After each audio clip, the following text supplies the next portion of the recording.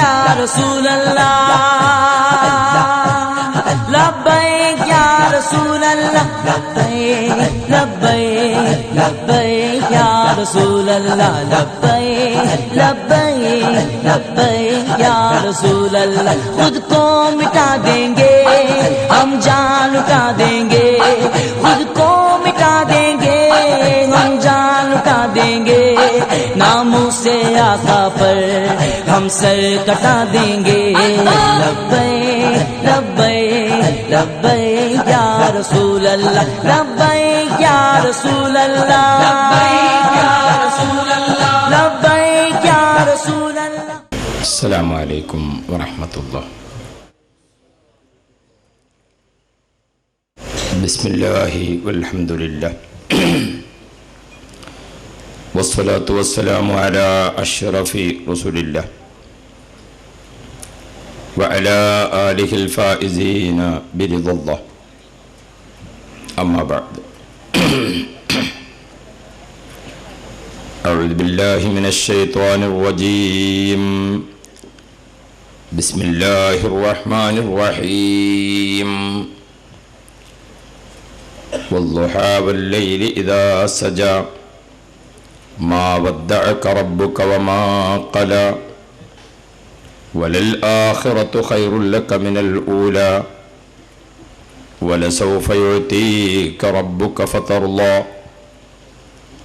अलम यजिदक यतीमन फ़आवा ववजदक ज़ाल्लन फ़हदा ववजदक आइलन फ़अग़ना फ़अम्मल यतीम फ़ला तक़हर वअम्मा अस्साइल फ़ला तन्हर वअम्मा बिनिअमति रब्बिक फ़हद्दिस सदक़ल्लाहुल अलियुल अज़ीम। या सय्यदी या रसूलल्लाहि खुज़ बियदी माली सिवाक वला अल्वी अला अहदी अस्सलातु वस्सलामु अलैका या सय्यदी या रसूलल्लाह खुज़ बियदी क़ल्लत हीलती अद्रिकनी। ഏറ്റവും ആദരണീയരായ സാദാത്യങ്ങൾ, പണ്ഡിതന്മാർ, പ്രിയപ്പെട്ട അഹ്ലുസുന്നത്ത് വൽ ജമാഅത്തിൻ്റെ വിശ്വാസികൾ, കർമ്മധീരരായ പ്രവർത്തകർ, ഈ മഹല്ലത്തിലെ ഭരണാധികാരികൾ, സ്നേഹനിധികളായ ഉമ്മപങ്ങന്മാർ, പ്രിയപ്പെട്ടവരെ, അല്ലാഹു ഈ നല്ല മജ്ലിസിൽ ഒത്തുകൂടിയതുപോലെ മഹാന്മാർക്കൊപ്പം കുടുംബസമേതം സ്നേഹജനങ്ങൾ ഒന്നിച്ച് സുഖലോക സ്വർഗത്തിലിരിക്കാൻ ഭാഗ്യം നൽകുമാറാവട്ടെ. നമ്മുടെ ഈ സഭയിലും വീട്ടിലും കുടുംബത്തിലും ബന്ധുക്കളിലുമെല്ലാം പലവിധ രോഗികളുണ്ട്. അല്ലാഹുവേ, ശിഫ നൽകി അനുഗ്രഹിക്കണേ അല്ലാഹ്. നമ്മുടെ രക്തബന്ധം, വിവാഹബന്ധം, അയൽവക്ക ബന്ധം, സംഘടനാ ബന്ധത്തിലായി പലരും മരണപ്പെട്ട് ഖബറാളികളായി കഴിയുന്നു. അല്ലാഹുവേ, അവർക്ക് മഗ്ഫിറത്ത് നൽകണേ അല്ലാഹ് എന്ന് ദുആ ചെയ്തുകൊണ്ട് വളരെ ആദരണീയരായ സംഘടനാ നേതാക്കളും സാദാത്യങ്ങളുമെല്ലാം വേദിയിൽ ഉണ്ട്. വളരെ മഹത്തുക്കളായ ആളുകളെല്ലാം ഉണ്ട്. എല്ലാവരും ഈ പരിസരത്തുകാരും നാട്ടുകാരും ബന്ധപ്പെട്ടവരുമായി സാദാത്യങ്ങൾ ഏറെയുണ്ട്. അല്ലാഹു സയ്യിദന്മാരുടെ ബർക്കത്ത് കൊണ്ട് ഈ സഭയെ കബൂൽ ചെയ്യുമാറാവട്ടെ. പ്രിയപ്പെട്ട സഹോദരങ്ങളെ, നാം താമസിക്കുന്ന ഇന്ത്യ രാജ്യം ലോകരാഷ്ട്രങ്ങളിൽ ഏറ്റവും വലിയ ജനാധിപത്യ രാജ്യമായി അറിയപ്പെടുന്ന ഒരു രാഷ്ട്രമാണ്.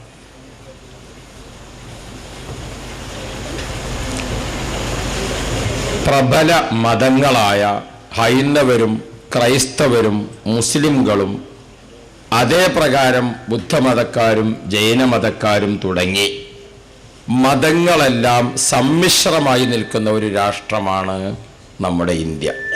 ലോകത്ത് ലിപിയുള്ളതും ഇല്ലാത്തതുമായ ഭാഷകളിൽ മിക്ക ഭാഷകളും സംസാരിക്കുന്ന ആളുകൾ നിലനിൽക്കുന്ന ഒരു രാഷ്ട്രമാണ് നമ്മുടെ ഇന്ത്യ. സംസ്കാരങ്ങളും മതങ്ങളും പ്രത്യയശാസ്ത്രങ്ങളും ഇസങ്ങളുമെല്ലാം തോളുരുമ്മി നിൽക്കുന്ന രാഷ്ട്രമാണ് നമ്മുടെ ഇന്ത്യ. ഈ ഇന്ത്യ രാജ്യത്തെ വിവിധ സംസ്ഥാനങ്ങളിൽ ഒരു കൊച്ചു സംസ്ഥാനമാണ് നമ്മുടെ കേരളം. 3.5 കോടി ജനങ്ങളാണ് ഇപ്പോൾ കേരളത്തിൽ അധിവസിക്കുന്നത്. ഏകദേശം മുസ്ലിങ്ങളും ക്രൈസ്തവരും ഹൈന്ദവ മതക്കാരും ഒരു ഭൂരിപക്ഷ ന്യൂനപക്ഷ എന്ന് പറയാൻ പറ്റാത്ത രീതിയിൽ ഈ 3.5 കോടിയിൽ പരന്നു കിടക്കുന്നു. 44 നദികൾ, നൂറുകണക്കായ പർവ്വതങ്ങളെ ചുറ്റി നല്ല കാലാവസ്ഥക്ക് പേരുകേട്ട സംസ്ഥാനമാണ് നമ്മുടെ കേരളം. കേരളത്തിലെ ഏറ്റവും സമ്പന്നമായ തേക്കിൻ തടികളും ഏറ്റവും നല്ല മരുന്നുകളായ കുരുമുളകും ഇഞ്ചിയും അടക്കമുള്ളത് മറ്റു സംസ്ഥാനങ്ങൾക്കും മറ്റു രാഷ്ട്രങ്ങൾക്കും നൽകി അന്യരെ സന്തോഷിപ്പിക്കുന്ന ആളുകളാണ് കേരളീയർ. ലോകത്ത് ജോലി ആവശ്യാർത്ഥം പോകാൻ പറ്റാവുന്ന ഏതൊക്കെ രാഷ്ട്രങ്ങളുണ്ടോ അവിടെ എല്ലാം ഒരു മലയാളിയെ നമുക്ക് കാണാം. അന്യരാജ്യങ്ങളെ സമ്പന്നമാക്കുന്നതിൽ നിറസാന്നിധ്യമാണ് മലയാളി. ഇങ്ങനെ ഒരുപാട് ഗുണങ്ങളെല്ലാം പറയാനുള്ള കൂട്ടത്തിൽ ഒരു ഇസ്ലാമിക ചരിത്ര വിദ്യാർത്ഥിക്ക് ഏറെ പഠിക്കാനും പകർത്താനും അടുത്ത തലമുറക്ക് കൈമാറാനുമുള്ള ഇസ്ലാമിക ചരിത്രങ്ങൾ നിറഞ്ഞു നിൽക്കുന്ന രാജ്യവും സംസ്ഥാനവുമാണ് നമ്മുടേത്. ഇസ്ലാം എന്ന മതം അത് അള്ളാഹുവിൻ്റെ മതമാണ്. അതുകൊണ്ട് തന്നെ ആ മതത്തെ ഒരു ആളുടെയും ഒരു വ്യക്തിയുടെയും പേരിൽ അത് വിളിക്കപ്പെടുന്നുമില്ല, അത് അറിയപ്പെടുന്നുമില്ല. വ്യക്തികൾ സ്ഥാപിച്ചിരിക്കുന്ന മതങ്ങളുണ്ടാകും. ആ മതങ്ങളെ ആ വ്യക്തികളുടെ പേരിൽ അത് അറിയപ്പെടും. യേശു ക്രിസ്തു സ്ഥാപിച്ചിരിക്കുന്ന മതമാണ് ക്രിസ്തു മതം. അതുകൊണ്ട് ആ മതത്തെ ക്രിസ്തു മതം, അദ്ദേഹത്തിന്റെ പേരിൽ അത് വിളിക്കപ്പെടുന്നു. സയ്യിദാണോ? ആ മതത്തിന്റെ പേരിൽ അത് വിളിക്കപ്പെടുന്നു. യേശു ക്രിസ്തു അത് ഈസാ നബിയാണോ അല്ലാത്തതാണോ അതൊക്കെ വേറെ പഠനം. ക്രിസ്തു മതം എന്ന മതം അത് ഒരു വ്യക്തി സ്ഥാപിച്ചത് കൊണ്ട് തന്നെ ആ മതത്തെ അദ്ദേഹത്തിന്റെ പേരിലാണ് അറിയപ്പെടുന്നത്. അദ്ദേഹത്തിന് അപ്പുറത്തേക്ക് ആ മതത്തിന് ചരിത്രം പറയാൻ ഉണ്ടാവുകയില്ല. ശ്രീ ബുദ്ധൻ എന്ന ആൾ സ്ഥാപിച്ചിരിക്കുന്ന മതമാണ് ബുദ്ധമതം. അതുകൊണ്ട് തന്നെ ആ മതത്തെ അറിയപ്പെടുന്നത് ശ്രീ ബുദ്ധൻ, അവിടെ നിന്ന് ഇങ്ങോട്ടുള്ള ചരിത്രമാണ്. മതങ്ങളും ഇസങ്ങളുമൊക്കെ ലോകത്ത് ധാരാളമുണ്ട്, ജനങ്ങൾ സ്ഥാപിച്ചത്. വഹാബിസം എന്ന പേരിൽ അറിയപ്പെടുന്ന ഒരു മതമോ ഒരു ഇസമോ ഉണ്ട്. അത് മുഹമ്മദ് ബിൻ അബ്ദുൽ വഹാബ് എന്ന ആൾ സ്ഥാപിച്ച മതമാണ്. അതുകൊണ്ട് തന്നെ ആ മതത്തെയും ഇസത്തെയും വിളിക്കപ്പെടുന്നത് അദ്ദേഹത്തിന്റെ പേരിലാണ്. അയാൾ മുതൽക്കാണ് ആ മതത്തിന് ചരിത്രം പറയാനുള്ളത്. അതിനപ്പുറത്തേക്ക് ആ മതത്തിന്റെ ചരിത്രം നീളുന്നില്ല. മൗദൂദിസം എന്ന ഒരു ഇസമോ ഒരു മതമോ ഉണ്ട്. അബുൽ ആല മൗദൂദി എന്ന ആളാണ് അതിന്റെ സ്ഥാപകൻ. അതുകൊണ്ട് തന്നെ അദ്ദേഹത്തിന്റെ പേരിലാണ് അത് നിലനിൽക്കുന്നതും അറിയപ്പെട്ടതും അനുകൂലികളും എതിരാളികളും ഒക്കെ അതിന്റെ ചരിത്രം എഴുതിയിട്ടുള്ളതും അതാണ്. അതുകൊണ്ട് തന്നെ ആ മതത്തിന്റെ അല്ലെങ്കിൽ ആ ഇസത്തിന്റെ ചരിത്രം ആ സ്ഥാപക നേതാവ് മുതൽക്ക് ഇങ്ങോട്ടാണ്. അഹ്മദുൽ ഖാദിയാനി എന്ന ആൾ സ്ഥാപിച്ചിരിക്കുന്ന മതമാണ് ഖാദിയാനിസം. ആ ഇസം അല്ലെങ്കിൽ ആ മതം അത് അദ്ദേഹത്തിന്റെ പേരിൽ നിലനിൽക്കുന്നു, അദ്ദേഹത്തിന്റെ പേരിൽ അറിയപ്പെടുന്നു. അദ്ദേഹം മുതൽക്കാണ് അതിന്റെ ചരിത്രം പറയാനുള്ളത്. ഏറ്റവും അവസാനമായി പറഞ്ഞാൽ മലബാറിൽ ഒരു പുതിയ മതം വന്നു, അതാണ് ചേകനൂരിസം. അത് അദ്ദേഹം സ്ഥാപിച്ച മതമാണ്. ആ മതത്തിന് ചരിത്രം എത്രയെന്ന് ചോദിച്ചാൽ അദ്ദേഹത്തിന്റെ ചരിത്രമാണ്. അതിനപ്പുറത്തേക്ക് ആ മതത്തിന് ചരിത്രമില്ല. പിന്നെ ചേകനൂരിസം എന്ന ഇസത്തെ അല്ലെങ്കിൽ മതത്തെ, വഹാബിസം എന്ന ഇസത്തെ അല്ലെങ്കിൽ മതത്തെ, മൗദൂദിസം എന്ന ഇസത്തെ അല്ലെങ്കിൽ മതത്തെ അത് ശരിയാണ് എന്ന് മാലോകരെ ബോധ്യപ്പെടുത്താൻ അവര് ഖുർആൻ ഓതുന്നുണ്ടാവാം, ഹദീസ് പറയുന്നുണ്ടാകാം, പഴമൊഴികൾ ഉദ്ധരിക്കുന്നുണ്ടാകാം, വേറെ പല ചരിത്രങ്ങൾ ഉദ്ധരിക്കുന്നുണ്ടാകാം. അതുകൊണ്ട് അതൊന്നും ഇസ്ലാം മതം ആവുകയില്ല. അവർക്ക് സ്വയമായി തോന്നിയ ആശയങ്ങൾ, അവർ സ്വന്തമായി സ്ഥാപിച്ചിരിക്കുന്ന മതം അല്ലെങ്കിൽ ഇസം, അത് അവർ സ്ഥാപിക്കുമ്പോൾ ഇത് നല്ല മതമാണ് എന്ന് ബോധ്യപ്പെടുത്താൻ ഖുർആൻ പറയുമ്പോഴും അത് ഓരോ ആളുകളും അവരുടെ ആശയത്തെ ബോധ്യപ്പെടുത്താൻ ജനസമ്മതമായ ഉദ്ധരണികൾ പറയും. അത് സ്വാഭാവികമാണ്. ചേകനൂരിസം അദ്ദേഹം ആ മതം സ്ഥാപിച്ചപ്പോൾ അദ്ദേഹത്തിന് 3 വഖത്ത് നിസ്കാരമുണ്ട് എന്നാണ് വാദം. അതിൽ ഒന്ന് സുബഹിയാണ്. അയാളുടെ സുബഹി എപ്പോഴാണ്? ഓരോ ആളുകളും എപ്പോഴാണോ ഉറങ്ങി എഴുന്നേൽക്കുന്നത് അപ്പോഴാണ് അയാളെ സുബഹി. അപ്പോൾ ഒരാൾ 10 മണിക്ക് എഴുന്നേറ്റാൽ അയാളെ സുബഹി 10 മണിക്ക്, ഒരാൾ രാവിലെ 4 മണിക്ക് എഴുന്നേറ്റാൽ അയാളെ സുബഹി 4 മണിക്ക്. അയാൾക്ക് പണ്ട് ഈ ഗൾഫ് രാജ്യങ്ങളിലൊക്കെ കണ്ടിന്യൂ ആയിട്ട് ഓവർ ടൈം ജോലി ചെയ്യുന്നവരുണ്ടാകും. പണ്ട് ഒമാനിൽ ഒരു സഹപ്രവർത്തകൻ വ്യാഴാഴ്ച ഡ്യൂട്ടി കഴിഞ്ഞ് വന്നിട്ട് അയാൾ ഉറങ്ങി. അയാൾ ഉറങ്ങിയിട്ട് പിന്നെ അയാൾ ഉണർന്നത് ശനിയാഴ്ച രാവിലെ 10 മണിക്കാണ്. നേരം വൈകിയല്ലോ എന്ന് വിചാരിച്ചിട്ട് വളരെ പെട്ടെന്ന് കുളിച്ചൊരുങ്ങി അയാൾ പള്ളിയിലെത്തി. ആരെയും ജുമാക്ക് കാണുന്നില്ല. അപ്പൊ അയാൾക്ക് ദേഷ്യം വരാൻ തുടങ്ങി. എന്ത് ആളുകളായി വരും, ജുമാക്ക് കുറച്ച് നേരത്തെ വരട്ടെ. കുറെ കാത്ത് നിന്ന് ളുഹറിന്റെ വാങ്ങി വിളിച്ചപ്പോഴാണ് അയാൾ ദിവസം മാറിയ കഥ അറിയുന്നത്. അപ്പൊ അയാൾ പിന്നെ അയ്ബത്തരത്തിൽ നിന്ന് രക്ഷപ്പെടാൻ അയാൾ ആയത്തോതൊന്നുണ്ടാകാം. അതുകൊണ്ട് അത് ഇസ്ലാമിക ആയത്താവൂല.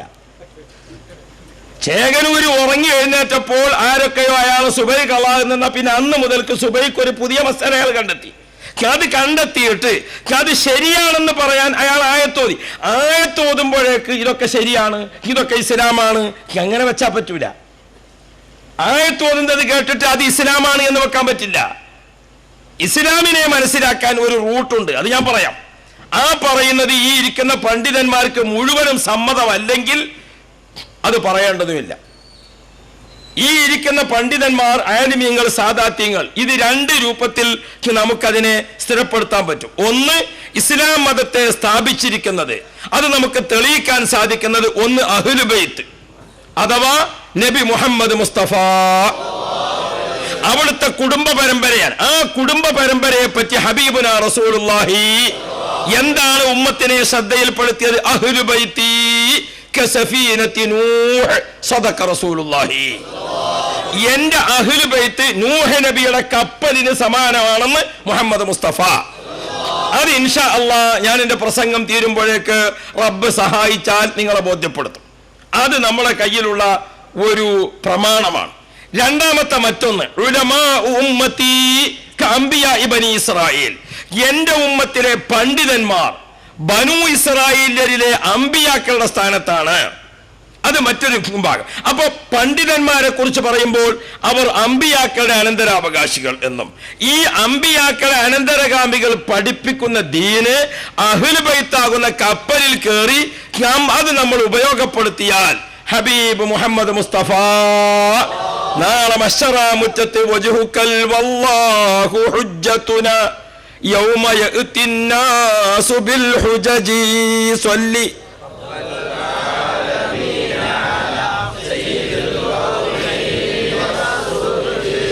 ഒരു ഫുട്ബോൾ കളിക്കാരനായ ആൾ കളിച്ചുകൊണ്ടിരിക്കുമ്പോൾ കാണികൾക്കൊരു കടമയുണ്ട്. അതെന്താണ്? കളിക്കാരെ ഇങ്ങനെ പ്രോത്സാഹിപ്പിച്ചുകൊണ്ടിരിക്കും. അപ്പുറവും ഇപ്പുറവും ഉള്ള 2 പാർട്ടിക്കാർ ഫുട്ബോൾ അവർ കളിച്ചു, 7സോ 11സോ എത്രയാണ് അതിന്റെ ടീം, എത്രയായാലും വേണ്ടില്ല. ആ ടീം കളിച്ച് ഫുട്ബോളുമായി ഗോൾ അടിക്കാൻ വേണ്ടി പോകുമ്പോ അടിച്ചു വരട്ടെ എന്നിട്ട് നോക്കാന്ന് വിചാരിച്ചിട്ട് കാത്തു നിൽക്കാനല്ല, പിന്നെ ആ ഗോൾ അടിക്കാൻ പോകുമ്പോ അയാളെ ഒന്ന് കൈമുട്ടി പ്രോത്സാഹിപ്പിച്ച് അതിനെങ്ങനെ അല്ലേ കഥ എന്ന പോലെ ഇൽമിന്റെ സദസ്സിലിരിക്കുന്ന ആളുകൾക്ക് മലക്കുകൾക്കൊപ്പം തോളുരുമ്മി ഇരിക്കാൻ കിട്ടിയ ഒരു അവസരമാണ്. ആ അവസരങ്ങൾ ഉപയോഗപ്പെടുത്തി ത്വാഹ റസൂലുള്ളാഹി. എന്റെ ചെറുപ്പക്കാർ മനസ്സിലാക്കേണ്ട ഒരു അടിസ്ഥാന ആശയമാണ് ഞാൻ പറയുന്നത്. ആയത്ത് പലരും ഓതും, ആയത്തോതുന്നതൊക്കെ ഇസ്ലാമായി മനസ്സിലാക്കാൻ പറ്റില്ല. അവരുടെ കള്ളവാദം കള്ളത്തരമല്ല എന്ന് സമൂഹത്തെ ബോധ്യപ്പെടുത്താൻ ആയത്തോതുന്നുണ്ടാകാം. ആയത്തോതുന്നു എന്നതുകൊണ്ട് അത് ഇസ്ലാമാവുകയില്ല. നമ്മുടെ ആളുകൾക്കൊക്കെ പലർക്കും പഴവ് വെച്ചത് അവരായത്തല്ലേ ഓതിയത്. യാ റബ്ബ്, 5 ഒട്ടകമുണ്ടായാൽ ഒരു ആട് സക്കാത്ത് കൊടുക്കണം എന്നാണ് ഇസ്ലാമിക ഹുക്മ. അത് പറഞ്ഞപ്പോൾ KM പന്നിക്കോട്ടൂര് എന്ന് പറഞ്ഞിട്ട് ഒരു മൗലവി പറഞ്ഞു 5 സിഗരറ്റ് ഉണ്ടെങ്കിൽ ഒരു തീപ്പെട്ടി കൊടുക്കണം. അയാള് അതിനും ആയത്തോതുകയാണ്. അതുകൊണ്ട് അത് ഇസ്ലാമാവോ?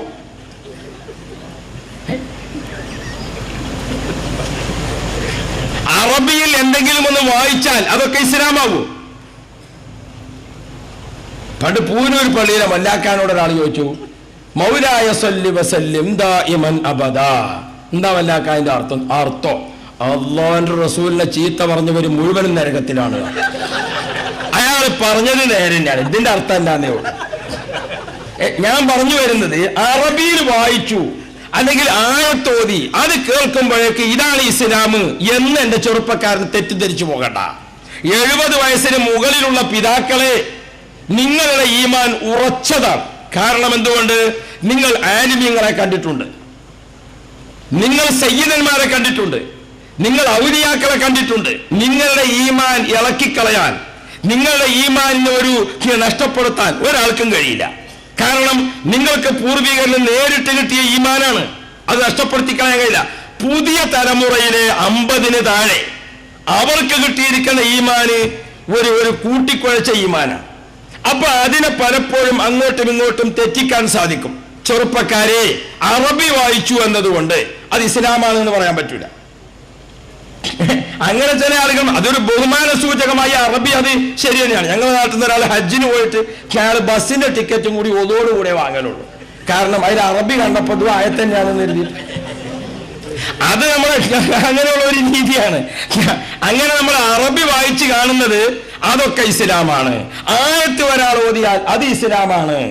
അങ്ങനെ മനസ്സിലാക്കാൻ പറ്റില്ല. ഞാൻ പറഞ്ഞു വന്നത്, ഇസ്ലാം എന്നത് അള്ളാഹുവിന്റെ മതമാണ്. അത് മുഹമ്മദ് നബിയുടെ പേരിൽ അത് അറിയപ്പെടുന്നില്ല, അത് ആദം നബിയുടെ പേരിൽ അത് അറിയപ്പെടുന്നില്ല, അത് ഇബ്രാഹിം നബിയുടെ പേരിൽ അത് അറിയപ്പെടുന്നില്ല. എന്തുകൊണ്ട്? അവരെല്ലാം ആ മതത്തെ പ്രചരിപ്പിക്കാൻ വേണ്ടി മതത്തിന്റെ ഉടമസ്ഥൻ നിശ്ചയിച്ച മാതൃകാ പുരുഷന്മാരും അതിന്റെ പ്രചാരകരും അതിന്റെ പ്രവാചകരുമാണ്. അവരാരും അത് സ്ഥാപിച്ചവരല്ല. ക്രിസ്തു മതം സ്ഥാപിച്ചതിന് അദ്ദേഹത്തിന്റെ പേരിൽ അത് അറിയപ്പെടുന്നു. ഞാൻ പറഞ്ഞല്ലോ, ചേകനൂർ സ്ഥാപിച്ചിരിക്കുന്ന ആശയത്തിൽ അയാൾക്ക് എന്ത് മതി? 3 വഖത്ത് നിസ്കരിച്ചാൽ മതി. അതിന് അയാൾ എന്ത് ചെയ്യുന്നു? അയാളുടെ ജുമാ എത്ര മണിക്കാണെന്നറിയോ? അയാളുടെ ജുമാ രാവിലെ 9 മണിക്കാണ്. വെള്ളിയാഴ്ച രാവിലെ 9 മണി മുതൽ 10 മണി വരെയാണ് അയാളുടെ ജുമാ. ആ ജുമാ സ്വഹീഹാണ് എന്ന് ബോധ്യപ്പെടുത്താൻ അയാൾ ആയത്തോതുന്നുണ്ടാകാം. അതെന്തിനാ ആയത്തോതുന്നത്? ഖുർആൻ ആയത്ത് എന്നത് ഒരു സുസമ്മതമായ രേഖയാണ്. അപ്പൊ ഞാൻ പറയുന്നത് ശരിയാണ്, ആയത്തിലും കൂടി ഇങ്ങനുണ്ട്, എന്റെ മതം ശരിയാണെന്ന് തെളിയിക്കാൻ. ഫാദർ അലവി ക്രിസ്തു മതം സ്വീകരിച്ചു, അയാൾ റവറണ്ടായി. എന്നിട്ട് അദ്ദേഹം ഈസ നബി അലൈഹിസ്സലാം മുഹമ്മദ് നബിയേക്കാൾ ശ്രേഷ്ഠമായ ആളാണ് എന്ന് ബോധ്യപ്പെടുത്താൻ അയാൾ ഓതിയതും ഏതാണ്? ആയത്താണ് ഓതിയത്, ഖുർആനാണ് ഓതിയത്.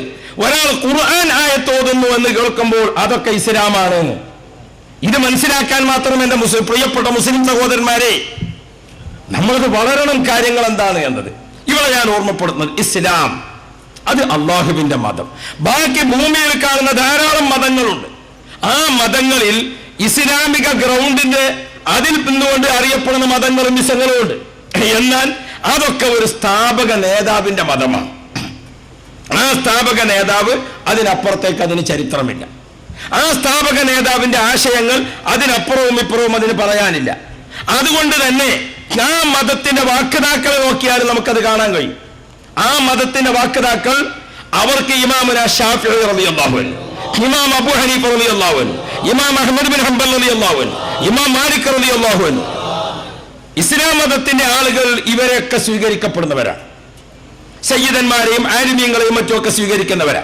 അതേ സമയത്ത് ഈ മതത്തിന്റെ വാക്താക്കൾക്ക് ആ മതത്തെ അംഗീകരിച്ച ആളുകളുടെ വാക്കുകളല്ലാതെ മറ്റൊന്നും അവർ സ്വീകരിക്കൂല. എന്തുകൊണ്ട്? അവർ സ്ഥാപിച്ച മതത്തിന്റെ സ്ഥിതി അതാണ്. അതുകൊണ്ട് അത് സ്ഥാപക നേതാവ്, അതിന്റെ ആശയങ്ങൾ എന്ന് മാത്രം. ഇസ്ലാം അത് ആട്ടുതൊട്ടിൽ മുതൽ മയ്യത്ത് കട്ടിൽ വരെ നീണ്ടുകിടക്കുന്ന മനുഷ്യ ജീവിതത്തിന്റെ നിഖില മേഖലകളെയും വിശദമായി ചർച്ച ചെയ്യുന്ന ഒരു പരിശുദ്ധ മതമാണ് ഇസ്ലാം. ആ ഇസ്ലാം കേരളത്തിൽ പുതിയതല്ല. ആ ഇസ്ലാം എന്നത് നമ്മുടെ കേരളത്തിൽ അതിന് നല്ല പഴക്കമുള്ള മതമാണ്. ലോകരാഷ്ട്രങ്ങളിൽ ഇന്ത്യ ചരിത്രാതീത കാലം മുതൽക്ക് തന്നെ രേഖപ്പെട്ട് കിടക്കുന്ന ഒരു രാഷ്ട്രമാണ് ഇന്ത്യ. ഇന്ത്യയുടെ ചരിത്രം പരിശോധിക്കുമ്പോൾ ഇന്ത്യ, ഈജിപ്ത്, ഇറാഖ് തുടങ്ങിയ രാഷ്ട്രങ്ങളെല്ലാം നേരത്തെ ചരിത്രത്തിലുള്ള രാജ്യങ്ങളാണ്, ഒരു പുതിയ രാജ്യമല്ല. ഇന്ത്യ അംബിയാക്കിന്റെ രാജ്യമാണ്. ആദ്യത്തെ മനുഷ്യൻ നബിയുല്ലാഹി ആദം. മതങ്ങളായി അറിയപ്പെടുന്ന എല്ലാ മതക്കാരും വിശ്വസിക്കുന്നതും തെളിയിക്കുന്നതുമായ ഒരു യാഥാർത്ഥ്യമുണ്ട്. അതെന്താ? മനുഷ്യോൽപത്തിയുടെ തുടക്കം മനുഷ്യൻ തന്നെയാണ്. അതുകൊണ്ട് തന്നെ ദൈവിക മതങ്ങൾ, അതല്ലെങ്കിൽ ആത്മീയ മതങ്ങൾ എന്ന് പറയുന്നവരൊക്കെ പറയും ആദ്യത്തെ മനുഷ്യൻ ആര് തന്നെയാണ്? മനുഷ്യൻ തന്നെയാണ്. അതാരാണ്? നബിയുല്ലാഹി ആദം. മതങ്ങളില്ലാതെ ഇസങ്ങളായി അറിയപ്പെടുന്ന പലരും ആദ്യത്തെ മനുഷ്യൻ തവളയായിരുന്നു എന്ന് പറയുന്നവരുണ്ടാവും. ആദ്യത്തെ ആള് മാൽമാക്രിയായിരുന്നു എന്ന് പറയുന്നവരുണ്ടാവും. ഞങ്ങൾ ഇങ്ങോട്ട് മൂന്നാറിലേക്കോ അങ്ങോട്ട് വയനാട്ടിലേക്കോ ഒക്കെ പോകുമ്പോൾ ചുരം കയറി പോകുന്ന സമയത്ത് ചില ആളുകളൊക്കെ ഈ മങ്കികൾക്കൊക്കെ പഴവും കാര്യമൊക്കെ കൊടുക്കും. നമ്മളെ പഴയ വല്ലിപ്പല്ലേ എന്ന് വിചാരിച്ചിട്ട് കൊടുക്കുന്നതാണോ അല്ലേന്ന് അറിയില്ല. ഏതായാലും അങ്ങനെയുള്ള മനുഷ്യൻ, മതങ്ങളിൽ വിശ്വസിക്കുന്നവരൊക്കെ ആദ്യത്തെ മനുഷ്യൻ ആദം നബി അലൈഹിസ്സലാമാകുന്ന ആദ്യത്തെ മനുഷ്യൻ ഭൂമിയിൽ ആദ്യമായി സ്വർഗത്തിൽ നിന്ന് ബഹുമാനപ്പെട്ടവർ ഭൂമിയിൽ ഇറങ്ങിയത് ഇന്ത്യ രാജ്യത്താണ് എന്ന് ചരിത്രങ്ങൾ മുഴുവൻ. ആ ചരിത്രത്തിൽ അതിന് ജബലുൽ ഹിന്ദ് എന്നാണ് ആ പർവ്വതത്തിന് പറയുക. ഇംഗ്ലീഷുകാരൻ സഹന്ദീപ് പർവ്വതം എന്ന് പറയും. ഇപ്പോൾ ആദം മല എന്ന പേരിൽ അത് അറിയപ്പെടുന്നു. അത് ഇന്ത്യയും പാകിസ്ഥാനും ബംഗ്ലാദേശും ഒക്കെ അടങ്ങുന്ന അന്നത്തെ സിലോൺ അടക്കമുള്ള രാജ്യങ്ങൾ, അതാണ് അന്നത്തെ ഇന്ത്യ. ആ ഇന്ത്യയാണ് ഹിന്ദ് എന്ന് അറിയപ്പെടുന്നത്.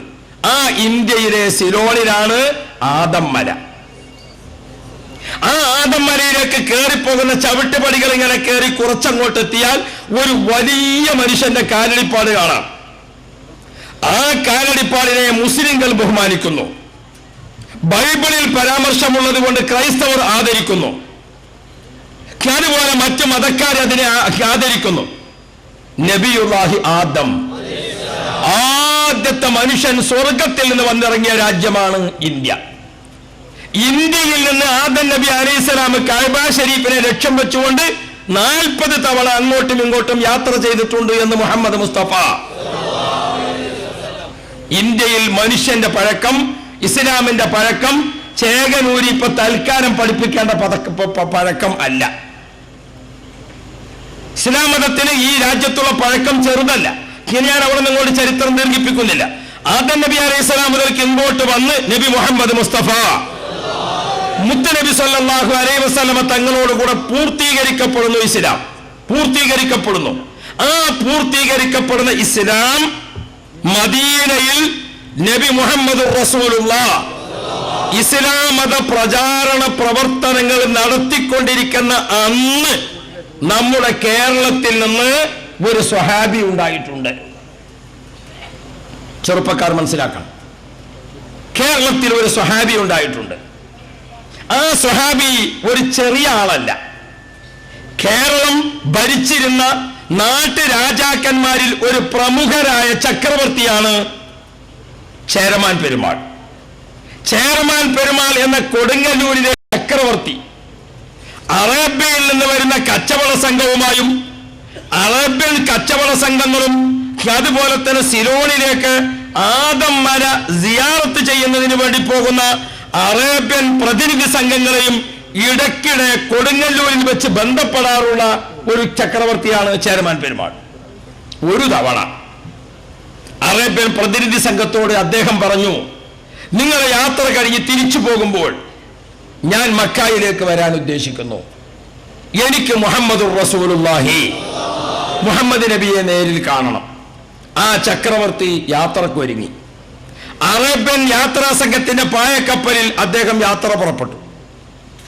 മഹാനായ ത്വാഹ റസൂലുള്ളാഹി മുത്തുനബിയുടെ തിരുഹദറത്തിലെത്തി. രാജ്യത്തെ ജനങ്ങൾ നബിയെ ആദരിക്കുന്നതും നബിയുടെ പ്രത്യേകമായ സ്വഭാവ വൈശിഷ്ട്യവും നബിയുടെ സംശുദ്ധമായ ജീവിതവും നബി സല്ലല്ലാഹു അലൈഹി വസല്ലം തങ്ങളുടെ പരിസരവും ഇതൊക്കെ ബോധ്യപ്പെട്ട ചേരമാൻ പെരുമാൾ ത്വാഹ റസൂലുള്ളാഹി നബി തങ്ങളുടെ അടുക്കൽ കുളിച്ച് ശുദ്ധിയായി ചെന്നപ്പോൾ അല്ലാഹുവിന്റെ റസൂൽ നേരിട്ട് അശ്ഹദു അല്ലാ ഇലാഹ ഇല്ലല്ലാഹ് അശ്ഹദു അന്ന മുഹമ്മദുർ റസൂലുള്ളാഹ് നബി തങ്ങൾ ഷഹാദത്തി കലിമ ചൊല്ലിക്കൊടുത്തുകൊണ്ട് ചേരമാൻ പെരുമാളുടെ കൈ റസൂലുള്ളാഹിന്റെ കയ്യിൽ വെച്ചു. പ്രിയപ്പെട്ട സഹോദരങ്ങളെ, നമ്മുടെ കേരളത്തിന് ഇന്നലെ മിനിഞ്ഞാന്ന് വന്ന് ആരും ഇസ്ലാം പുതുതായി പഠിപ്പിക്കേണ്ടതില്ല. അല്ലാഹുവിന്റെ റസൂൽ മുഹമ്മദ് മുസ്തഫ അവിടത്തെ നേരിൽ കണ്ട് ഇസ്ലാം മതം സ്വീകരിച്ച് സ്വഹാബി എന്ന പദവി കരസ്ഥമാക്കാൻ ഭാഗ്യം ലഭിച്ച ഒരു രാജാവിനെ സംഭാവന ചെയ്ത രാജ്യമാണ് നമ്മുടെ കേരളം. ചേരമാൻ പെരുമാൾ റസൂലുള്ളാഹിയിൽ നിന്ന് ഇസ്ലാം മതം സ്വീകരിച്ചപ്പോൾ നബി തങ്ങൾ അദ്ദേഹത്തിന്റെ പേര് മാറ്റിക്കൊടുത്തു, താജുദ്ദീൻ റളിയല്ലാഹു അൻഹു. നിങ്ങൾക്കൊരു ആലോചന?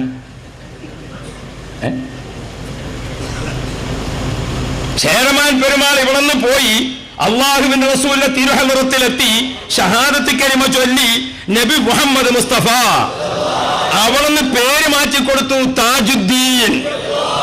അതോടുകൂടെ ഖുർആൻ അദ്ദേഹത്തിന് കൊടുക്കുന്ന പദവി എന്താണെന്നറിയോ? റളിയല്ലാഹു അൻഹും വറളൂ അൻഹു. അള്ളാഹുവിനെ അങ്ങോട്ടും അള്ളാഹു അവരെ ഇങ്ങോട്ടും തൃപ്തിപ്പെട്ട വിഭാഗമെന്ന് ഖുർആൻ സർട്ടിഫൈ ചെയ്ത വിഭാഗം. ഒരാൾ 10,000 കൊല്ലം ജീവിച്ചു. ആ 10,000 കൊല്ലവും രാപ്പകലില്ലാതെ അയാൾ ഇബാദത്തെടുത്തു. എന്നാൽ ഒരു സെക്കൻഡ് മുഅ്മിനായി മുത്തുനബിയുടെ തിരുമുറ്റത്ത് ഇരുന്നതിന്റെ ഫലം 10,000 കൊല്ലം ഇബാദത്ത് ചെയ്താലും സമ്പാദിക്കാൻ സാധ്യമല്ല.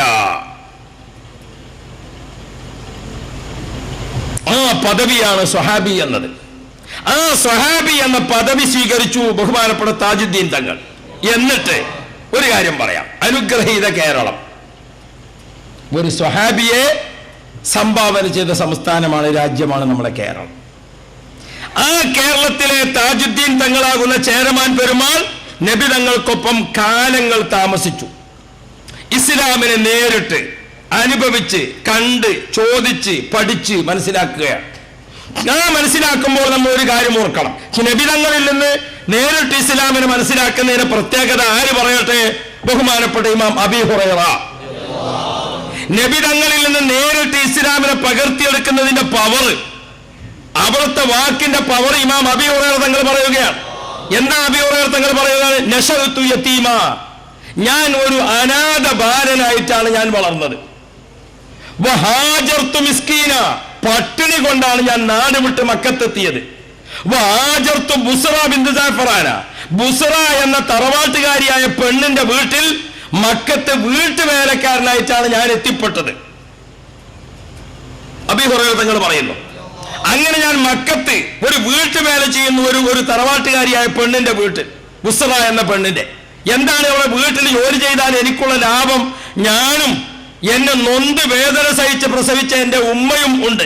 ഞങ്ങളുടെ ഭക്ഷണം ബിത്ആമി ബൈത്തി, എന്റെ വീട്ടുകാർക്ക് ആവശ്യമായ ഭക്ഷണം അവർ കൂലിയായി തരും. അങ്ങനെയാണ് ഞാൻ മക്കത്ത് ജീവിച്ചത്.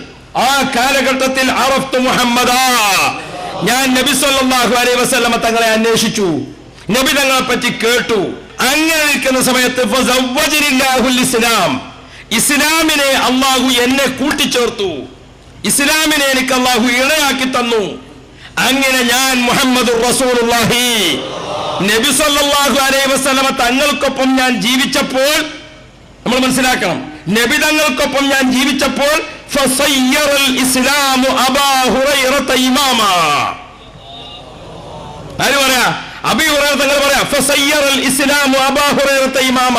പട്ടിണിപ്പാവമായി മറ്റൊരു തറവാട്ടുകാരിയായ പെണ്ണിന്റെ വീട്ടുവേല ചെയ്തുകൊണ്ടിരിക്കുന്ന പാവപ്പെട്ടവനായ അബീ ഹുറൈറ ഫസയ്യറൽ ഇസ്ലാമു അബാ ഹുറൈറത ഇമാമ, ഇസ്ലാം മതം സ്വീകരിച്ചപ്പോൾ, ഇസ്ലാമിന്റെ മഹത്വത്തിൽ നിന്നപ്പോ അബീ ഹുറൈറയെ ഇസ്ലാം ഇമാമാക്കി. എവിടെയാണ് അബീ ഹുറൈറ ഇമാമാകുന്നത്? ഇനി ഇമാം നവവി റളിയല്ലാഹു അൻഹു പറയട്ടെ. ഇമാം നവവി റളിയല്ലാഹു അൻഹു പറഞ്ഞു, വലഭാഗത്ത് നിന്ന് ഇടത്തോട്ട് എഴുതുന്നതാണ് അറബി. അറബിയിൽ രചിക്കപ്പെട്ട ഏത് കിതാബുകൾ എടുത്ത് മറിച്ചു നോക്കിയാലും, തഫ്സീറിന്റെ കിതാബ്, ഹദീത്തിന്റെ കിതാബ്, താരീഖിന്റെ കിതാബ്, തസവുഫിന്റെ കിതാബ്, സുബ്ഹാനല്ലാഹ്, ഏത് കിതാബ് എടുത്ത് നോക്കിയാലും, കർമ്മശാസ്ത്രം, നിധാനശാസ്ത്രം, ഏത് ശാസ്ത്ര ഗ്രന്ഥം ഇസ്ലാമിന്റെ എടുത്തു നോക്കിയാലും അബീ ഹുറൈറ തങ്ങളെ പേരില്ലാത്ത ഒരു കിതാബല്ല. ഫസയ്യറൽ ഇസ്ലാമു അബാ ഹുറൈറത ഇമാമാ. അബീ ഹുറൈറ ഇസ്ലാം ഇമാമാക്കി. ആ ഇമാമ് എന്ന് നമുക്ക് എവിടെയാണ് കാണുന്നത്? കിതാബുകൾ നോക്കിയാൽ അബീ ഹുറൈറയെ നമുക്ക് ഇമാമായി കാണാം. എന്തേ അതിന് കാരണം? അബീ ഹുറൈറ തങ്ങൾ പറയട്ടെ, ബഹുമാനപ്പെട്ടവര് പറയുന്നു, ഞാൻ അള്ളാഹുവിനോട് ദുആ ചെയ്തുകൊണ്ടേയിരുന്നു, അല്ലാഹുമ്മ ഇന്നി അസ്അലുക ഇൽമൻ ലാ യുസാ. അല്ലാഹുവേ, മറവിയില്ലാത്ത ഇൽമു നൽകിക്കൊണ്ട് എന്നെ നീ സ്വീകരിക്കണേ അല്ലാഹ്. അബീ ഹുറൈറ തങ്ങൾ ദുആ ചെയ്യുകയാണ്, അല്ലാഹുമ്മ ഇന്നി അസ്അലുക ഇൽമൻ ലാ യുസാ, മറവിയില്ലാത്ത ഇൽമു തന്ന് എന്നെ നീ സ്വീകരിക്കണേ എന്ന് ഞാൻ ദുആ ചെയ്തു. ഞാനിങ്ങനെ ദുആ ചെയ്തുകൊണ്ടിരിക്കുമ്പോൾ നബി മുഹമ്മദ് റസൂലുള്ളാഹ്, മുത്ത് നബി എന്റെ ദുആ കേട്ടു. എന്റെ ദുആ കേട്ട റസൂലുള്ളാഹി സ്വല്ലല്ലാഹു അലൈഹി വസല്ലം തങ്ങൾ ഫഖാല റസൂലുള്ളാഹി സ്വല്ലല്ലാഹു അലൈഹി വസല്ലം ആമീൻ, നബി തങ്ങൾ ആമീൻ എന്ന് പറഞ്ഞു. ഇങ്ങനെ അബീ ഹുറൈറ തങ്ങൾ ദുആ ചെയ്യുമ്പോൾ ആ ദുആക്ക് റസൂലുള്ളാഹി തങ്ങൾ ആമീൻ എന്ന് പറഞ്ഞു. അത് ഇടക്ക് നമ്മൾ പഠിക്കണം. ഒരാൾ ദുആ എടുക്കുക, മറ്റേ ആള് ആമീൻ പറയാം. അത് രണ്ടും ദുആയാണ്, അത് കൂട്ട ദുആയാണ്. ഒരാൾ ദുആ എടുക്കുക, മറ്റേ ആള് ആമീൻ പറയാം. ഇഹ്ദിനസ് സിറാത്തൽ മുസ്തഖീം സിറാത്തൽ ലദീന അൻഅംത അലൈഹിം ഗൈറിൽ മഗ്ദൂബി അലൈഹിം വലദ്ദാലീൻ. അപ്പോൾ ഒരാൾ ദുആ ചെയ്തു, ബാക്കിയുള്ളവരൊക്കെ ആമീൻ പറഞ്ഞു എന്ന് പറഞ്ഞാൽ അവരും ദുആ ചെയ്തു. അതാണ് മൂസ നബി അലൈഹിസ്സലാം ദുആ ചെയ്തു, ഹാറൂൻ നബി അലൈഹിസ്സലാം ആമീൻ പറഞ്ഞു. അതിനെപ്പറ്റി ഖുർആൻ എന്ത് പറഞ്ഞു? വഖദ് ഉജീബത് ദഅവതുകുമാ, രണ്ടാമത്തെ ദുആയും അല്ലാഹു സ്വീകരിച്ചിരിക്കുന്നു എന്ന് പറഞ്ഞു. അതാ രണ്ടാമത്തെ ദുആ. ആ രണ്ടാമത് ആദം നബി അലൈഹിസ്സലാം ദുആ ചെയ്തു, ഹവ്വാ ബീവി റളിയല്ലാഹു അൻഹ ആമീൻ പറഞ്ഞു. ഇബ്രാഹിം നബി അലൈഹിസ്സലാം ദുആ ചെയ്തു, ഇസ്മായിൽ നബി അലൈഹിസ്സലാം ആമീൻ പറഞ്ഞു. അതാണ് നമ്മുടെ സുന്നത്ത് ജമാഅത്ത്. ഏതൊരു വിഷയത്തിനും ഒരുങ്ങുകയാണെങ്കിലും അൽഹംദുലില്ലാഹി റബ്ബിൽ ആലമീൻ, അപേക്ഷ അല്ലാഹുവിലേക്ക്, അല്ലാഹുമ്മ സ്വല്ലി അലാ മുഹമ്മദ്, ഈ അപേക്ഷ സമർപ്പിക്കുന്നത് മുഹമ്മദുർ റസൂലുള്ളാഹി, മുഹമ്മദ് നബി മുഖേന. എന്നിട്ട് എന്താ പറയുന്നത്? ഒരാളങ്ങനെ ദ്വാരക്ക, ബാക്കിയുള്ളവരൊക്കെ ആമീൻ പറയാം. എന്തുകൊണ്ട്? എല്ലാവരുടേതും ദുആയാണ്. അപ്പൊ അബീ ഹുറൈറ തങ്ങൾ ദുആ ചെയ്തപ്പോൾ റസൂലുള്ളാഹി ആമീൻ, റസൂലുള്ളാഹി ആമീൻ. പടച്ചവനെ, ബിബറക്കത്തി ദുആഇൻ നബി സ്വല്ലല്ലാഹു അലൈഹി വസല്ലം, റസൂലുള്ളാഹി ആമീൻ പറഞ്ഞ ബർക്കത്ത് കൊണ്ട് കാന അബാ ഹുറൈറത അഹ്ഫളൻ നാസി ഹദീസൻ മിൻ അസ്ഹാബി റസൂലില്ലാഹ്. നബി സല്ലല്ലാഹു അലൈഹി വസല്ലം തങ്ങളുടെ സ്വഹാബാക്കളുടെ കൂട്ടത്തിൽ ഹദീസുകൾ ഏറ്റവും മനപ്പാടമുള്ള ആൾ ഇമാം അബീ ഹുറൈറ. റസൂലുള്ളാഹിയുടെ സ്വഹാബാക്കൾ എന്ന് പറഞ്ഞാൽ എത്ര പേരാ? റസൂലുള്ളാഹി തങ്ങളുടെ അവസാനത്തെ ഫർള് ഹജ്ജ് ചെയ്യാൻ വേണ്ടി ഹജ്ജത്തുൽ വിദായിലേക്ക് നബി തങ്ങൾ വരുമ്പോൾ മദീനയിൽ നിന്ന് ദുൽഹുലൈഫയിൽ വെച്ച് ഇഹ്റാം ചെയ്യുമ്പോൾ നബി തങ്ങളുടെ കൂടെ 1,24,000 ആളുണ്ട്.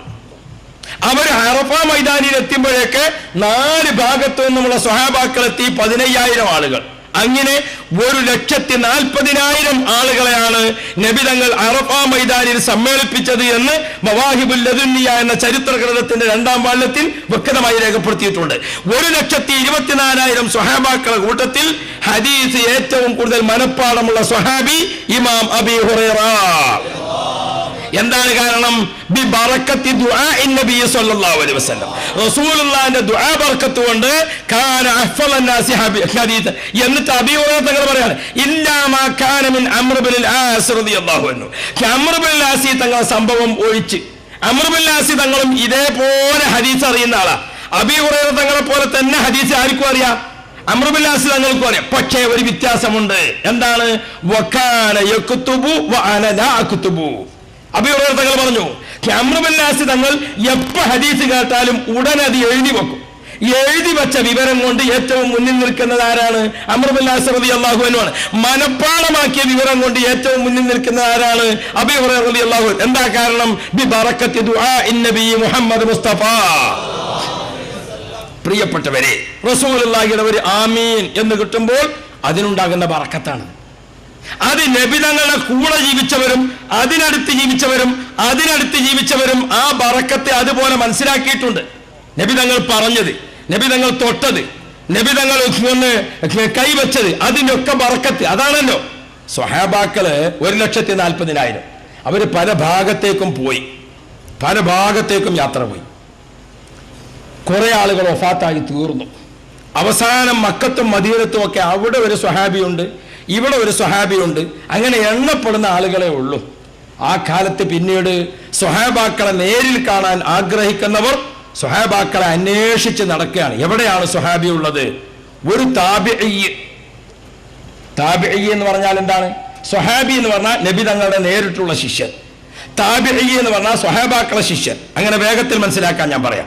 ഒരു താബിഈ സ്വഹാബിയെ അന്വേഷിച്ച് ഒരു സ്വഹാബിയുടെ വീട്ടിലെത്തി. ഒരുപാട് കിലോമീറ്ററുകൾ മരുഭൂമിയിൽ നടന്ന് സ്വഹാബിയുടെ വീട്ടിലെത്തി. ആ സ്വഹാബി അപ്പൊ എന്ത് ചെയ്തു? വിരുന്നുകാരനായി വന്ന ആൾക്ക് ഒരു ആപ്പിൾ പഴം കൊടുത്തു. ബിസ്മില്ലാ, വന്ന ഉടനെ ഒരു ആപ്പിൾ കൊടുത്തു, സന്തോഷത്തിന് സ്വീകരണമായിട്ട്. ആ ആപ്പിൾ പഴം സ്വഹാബിയുടെ കൈകൊണ്ട് താബിഈയായ മഹാന് കിട്ടിയപ്പോൾ സുബ്ഹാനല്ലാഹ്, ആ ആപ്പിൾ പഴം കിട്ടിയ ഉടനെ അദ്ദേഹം അത് 2 കൈയും കാണിച്ച് വാങ്ങി. എന്നിട്ട് അദ്ദേഹം ആ ആപ്പിൾ പഴം ഒരുപാട് ചുംബിച്ചു. അത് അദ്ദേഹം നെറ്റിയിൽ വെച്ച് തടവി, അത് അദ്ദേഹം നെഞ്ചത്തിങ്ങനെ തടവി. അല്ലാ. കൂടെയുള്ള സഹപ്രവർത്തകൻ ചോദിക്കുന്നു, എന്താണ് നിങ്ങൾ ചെയ്യുന്നത്? അപ്പൊ എന്താണ് ആ താബിഈന്റെ മറുപടി എന്നറിയാമോ? ഹാദിഹി തുഫാഹത്തുൻ മസ്സത്ഹാ യദുൻ മസ്സഹാ യദു റസൂലില്ലാഹി. മോനെ, ഈ ആപ്പിൾ പഴത്തിന്റെ പ്രത്യേകത എന്താണെന്നറിയോ? ഹാദിഹി തുഫാഹത്തുൻ, ഈ ആപ്പിൾ പഴമുണ്ടല്ലോ, മസ്സത്ഹാ യദുൻ മസ്സഹാ യദു റസൂലില്ലാഹി, അല്ലാഹുവിന്റെ റസൂലിന്റെ കൈ തൊട്ട കൈ കൊണ്ട് കിട്ടിയതാണ്. ഇത് എനിക്ക് കിട്ടിയത് സ്വഹാബിയുടെ കൈ കൊണ്ടാണ്. സ്വഹാബിയുടെ കൈ എന്ന് പറഞ്ഞാൽ റസൂലുള്ളാഹിന്റെ കയ്യിൽ വെച്ച കൈയാണ്. റസൂലുള്ളാഹിന്റെ കൈ തൊട്ട കൈ കൊണ്ട് കിട്ടിയതാണ് എന്ന് പറഞ്ഞുകൊണ്ട് നബി തങ്ങളെ കൈ തൊട്ടത് സ്വഹാബിയുടെ കൈ.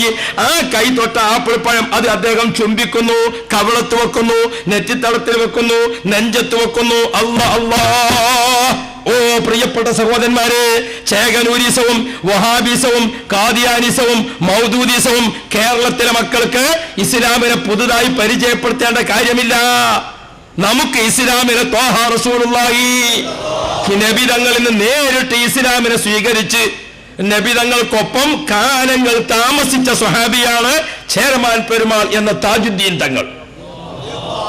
1.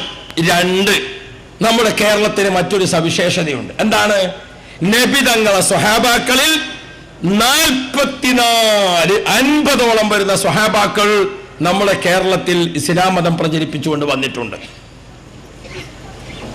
ചരിത്രത്തിൽ വായിക്കുമ്പോൾ മാലിക് ബിൻ ദീനാർ റളിയല്ലാഹു അൻഹു 12 ആളുകളും എന്നാണ് നമ്മൾ പറയാം ഞാനത് എങ്ങനെയാണ്. ബഹുമാനപ്പെട്ട താജുദ്ദീൻ തങ്ങള് മക്കത്തെ അങ്ങനെ റസൂലുള്ളാഹിന്റെ ഒപ്പം മദീനത്തുമായി താമസിക്കുമ്പോൾ നബി സല്ലല്ലാഹു അലൈഹി വസല്ലമ തങ്ങൾ ദീനി പ്രബോധനത്തിന് വേണ്ടി രാജാക്കന്മാർക്ക് ചില സ്ഥലങ്ങളിലേക്ക് കത്ത് കൊടുത്തയക്കുന്നു. ചില സ്ഥലത്തേക്ക് റസൂലുള്ളാഹി തങ്ങൾ സ്വഹാബാക്കളെ പ്രതിനിധികളായി അയക്കുന്നു. ഇങ്ങനെ ഓരോന്നും നടത്തിക്കൊണ്ടിരിക്കുന്നത് നേരിൽ കാണുകയാണ് ആര്? താജുദ്ദീൻ തങ്ങൾ. അല്ലാഹ്, ഒരു പ്രാവശ്യം ബഹുമാനപ്പെട്ടവർ ത്വാഹ റസൂലുള്ളാഹി നബി തങ്ങളുമായുള്ള ചർച്ചയിൽ തീരുമാനമാവുകയാണ്, നബിയെ എന്റെ രാജ്യത്തേക്ക് ഇസ്ലാം മത പ്രചരണത്തിന് വേണ്ടി എനിക്ക് കുറച്ച് കൂട്ടുകാരെ തരണം. കൂട്ടുകാർ തയ്യാറായി. ബഹുമാനപ്പെട്ട മാലിക് ബിൻ ദീനാർ റളിയല്ലാഹു അൻഹു, ഹബീബ് ബിൻ മാലിക് റളിയല്ലാഹു അൻഹു ഒക്കെ അടക്കമുള്ള വലിയ ഒരു 12 ആളുകൾ അവർ തയ്യാറായി പുറപ്പെടാൻ ഒരുങ്ങുമ്പോൾ അവരുടെ ഉമ്മമാര്, ഭാര്യമാര്, പെങ്ങന്മാര്, മക്കള് അടക്കമുള്ള 44 അംഗ സംഘമാണ് പായക്കപ്പലിലേക്ക് വരുന്നത്. അവരൊക്കെ റസൂൽ സല്ലല്ലാഹു അലൈഹി വസല്ലമ തങ്ങളിൽ നിന്ന് നേരിട്ട് ഇസ്ലാം മതം ലഭിച്ചിരിക്കുന്ന ആളുകളാണ്. ആ സംഘം പുറപ്പെട്ടു. ഞാൻ ചരിത്രം ദീർഘിപ്പിക്കുന്നില്ല. ആ 44 അംഗ സംഘം പുറപ്പെട്ട് പായക്കപ്പൽ യാത്ര തുടർന്നു. വഴി മധ്യേ താജുദ്ദീൻ തങ്ങളാകുന്ന ചേരമാൻ ചക്രവർത്തിക്ക് രോഗം കഠിനമായി. അദ്ദേഹം പായക്കപ്പൽ വെച്ചുകൊണ്ട് ഏതാനും കത്തുകൾ എഴുതി. ആ കത്തുകൾ എഴുതിയിട്ട് കൂടെയുള്ള യാത്രാ സംഘത്തോട് പറഞ്ഞു, ഞാനെങ്ങാനും മരണപ്പെട്ടാൽ നിങ്ങൾ യാത്ര അവസാനിപ്പിക്കാൻ പാടില്ല, നിങ്ങൾ എൻ്റെ രാജ്യത്ത് പോകണം. ഈ കത്തുകൾ ഇന്ന ഇന്ന ആളുകൾക്ക് കൊടുത്താൽ നിങ്ങൾക്ക് അവിടെ വേണ്ട സൗകര്യം ലഭിക്കും. ശക്കറുമുക്കല്ല. നമുക്ക് വേഗത്തിൽ പറയാം. ഇന്നത്തെ ഒമാനിന്റെ ഭാഗമായ സലാലയിലെത്തിയപ്പോൾ രോഗം കഠിനമായി. പായക്കപ്പൽ താൽക്കാലികമായി കരക്കടയിച്ചു. ബഹുമാനപ്പെട്ട താജുദ്ദീൻ തങ്ങളവർക്ക് രോഗം കഠിനമായി. ശക്തിയായ ചൂടാണ് അറേബ്യൻ മണൽ ഭൂമി, അല്ലെങ്കിൽ ശക്തിയായ തണുപ്പാണ്. ഒരു കേരളീയനെ സംബന്ധിച്ചിടത്തോളം ഈ രണ്ട് കാലാവസ്ഥയും അസഹ്യമാണ്. ആ സ്ഥലത്തേക്ക് പറ്റിയ രീതിയിലാണ് അവിടുത്തെ ജനനം അല്ലാഹു തആല വെച്ചിട്ടുള്ളത്. ഊട്ടിയിൽ ജനിക്കുന്ന പട്ടികൾക്ക് പ്രത്യേകമായി അതിന്റെ രോമത്തിന്റെ പുതപ്പോട് കൂടിയാണ് പട്ടി ജനിക്കുന്നത് തന്നെ, അല്ലേ? നല്ല ബ്ലാങ്കറ്റോട് കൂടിയാണ് ഊട്ടിയിലെ പട്ടികൾ വരുന്നത്. അതെന്താന്ന് വെച്ചാൽ കാരണം അവിടുത്തെ കാലാവസ്ഥക്കനുസരിച്ചാണ് അവിടുത്തെ ഇത്. അറേബ്യയിലെ അറബി കുട്ടികളുണ്ട്. അറബി കുട്ടികളെ കണ്ടു നോക്കിയാൽ വലിയ അത്ഭുതം. എന്താ, രാവിലെ സുബഹിക്ക് എഴുന്നേറ്റിട്ട് അറബി കുട്ടികൾ കാണാം ഐസ് ഇങ്ങനെ കഴിക്കണം, അല്ലേ? നിങ്ങൾ കണ്ടിട്ടില്ലേ? അറബിയിൽ പോയ ആളുകൾ പലരും ഉണ്ടാവും ഇവിടെ. അറബ് രാജ്യത്ത് പോയിട്ട് കുറെ അറബിയൊക്കെ പഠിച്ചു വന്ന എത്രയോ ആളുകൾ ഈ കൂട്ടത്തിലുണ്ട്, ധാരാളമുണ്ട്. രാവിലെ നന്ന സുബഹിക്ക്, അതും ഏത് മരം കോച്ചുന്ന തണുപ്പിൽ കുട്ടികൾ ഐസ് ഇങ്ങനെ കഴിക്കണത് കാണാം. അതെന്താ, അവിടുത്തെ കാലാവസ്ഥ അനുസരിച്ചുള്ള ജനനാണ് അവരുടേത്. നമ്മളവിടെ പോയി നോക്കിയാലും സുബ്ഹാന ജല്ല ജലാലു. ഇപ്പൊ പോകുന്ന ആളുകൾക്ക് പിന്നെ നമ്മൾ സുന്നി വിദ്യാഭ്യാസ ബോർഡും മദ്രസയും അങ്ങനെ കുറച്ചൊക്കെ മദ്രസയിൽ അതൊക്കെ പഠിക്കലും വിഷയമൊക്കെ തുടങ്ങിയപ്പോൾ കുറച്ചെങ്കിലും അറബി അറിയും. സൗദിയിൽ നിന്ന് നമ്മളവിടുന്ന് മഹമാരി എന്ന് പറഞ്ഞാൽ ഞങ്ങായി പോയി. അവിടുന്ന് ലൈസൻസ് കിട്ടി. ഓൻ എന്ത് ചെയ്തു, ഒരു വണ്ടി ഇങ്ങനെ ഓടിച്ചു പോകുമ്പോൾ ഒരു സർക്കിളിലെത്തിയ സമയത്ത് അവിടെ നിന്നൊരു വണ്ടി ഇങ്ങോട്ട് വരും.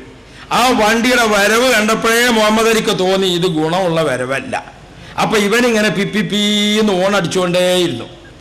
മറ്റവൻ അതൊന്നും ശ്രദ്ധിച്ചില്ല. വണ്ടി വന്ന് മുട്ടിട്ടേ അപ്പോഴേക്ക് പോലീസുകാരനെത്തി. അവിടെ പിന്നെ മുട്ടിയിട്ട് പിന്നെ പോലീസുകാരെ വിളിക്കാൻ വേറെ കാർ എടുക്കേണ്ട ആവശ്യമില്ല, അവർ വരും. അപ്പോ പോലീസുകാരൻ വന്ന് നമ്മൾ ഡ്രൈവറോട് ചോദിച്ചു, ഈ ബത്താക്കാർ. ഇവൻ ലൈസൻസ് കൊടുക്കുമ്പോൾ വളരെ ഒപ്പിച്ച്, അത്രയൊന്നും അറബി അറിയില്ലെങ്കിലും സുന്നി വിദ്യാഭ്യാസ ബോർഡിന്റെ മദ്രസയിൽ പഠിച്ചൊരു വിവരം വെച്ചുകൊണ്ട് അവൻ ഒപ്പിച്ച് പറഞ്ഞു സെയ്ദി എന്ന് വിളിച്ചു. സെയ്ദി എന്ന് പറഞ്ഞാൽ സാറിനർത്ഥം. സെയ്ദി അന ഫി പി പി പി ഹുവ മാഫി പി പി പി ആണ്. ഇവന്റെ ഈ വണ്ടിയുടെ ലൈനില്ലാത്ത വരവ് കണ്ടപ്പോഴേ ഞാൻ പി പി പി എന്ന് ഓൺ അടിച്ചുകൊണ്ടേ നിൽക്കുകയാണ്. മറ്റേ ഓ ഹുവ മാഫി പി പി പി ആണ്. പോലീസുകാരന്റെ കാര്യം മനസ്സിലായി. ഇവന്റെ ലൈസൻസ് അങ്ങ് തിരിച്ചു കൊടുത്ത് മറ്റവനെയും കൂട്ടിയിട്ട് പോയി. പിന്നെ ഞാൻ അവിടെ നിന്നില്ല, ഞാൻ പോന്നു.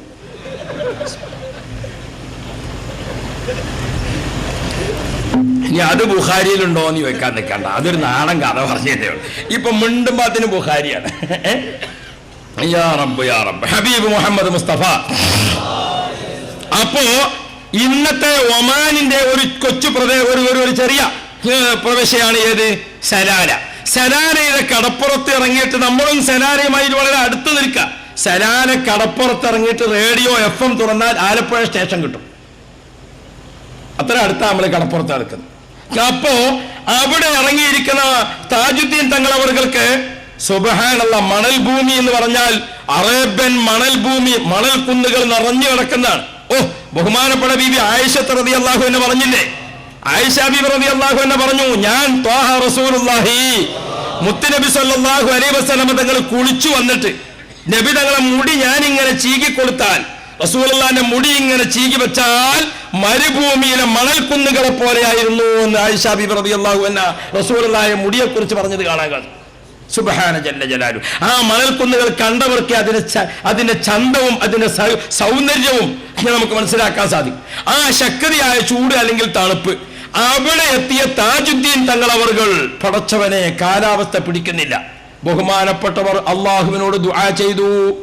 അള്ളാഹുവിന്റെ റസൂലിന്റെ പ്രകാശിക്കുന്ന മുഖം കണ്ട് ഇസ്ലാം മതം സ്വീകരിച്ചുകൊണ്ട് വന്ന സ്വഹാബി പ്രമുഖൻ താജുദ്ദീൻ റളിയല്ലാഹു അൻഹു അള്ളാഹുവിനോട് ദുആ ചെയ്തു, അള്ളാഹുവേ എന്നെ നീ എന്റെ രാജ്യമായ കേരളത്തിലേക്ക് എത്തിക്കണം, അല്ലെങ്കിലോ ഈ രാജ്യത്തിന്റെ കാലാവസ്ഥ എന്റെ ശരീരത്തിന് ഇഷ്ടപ്പെടുന്നതാക്കി തരണേ അല്ലാഹ്.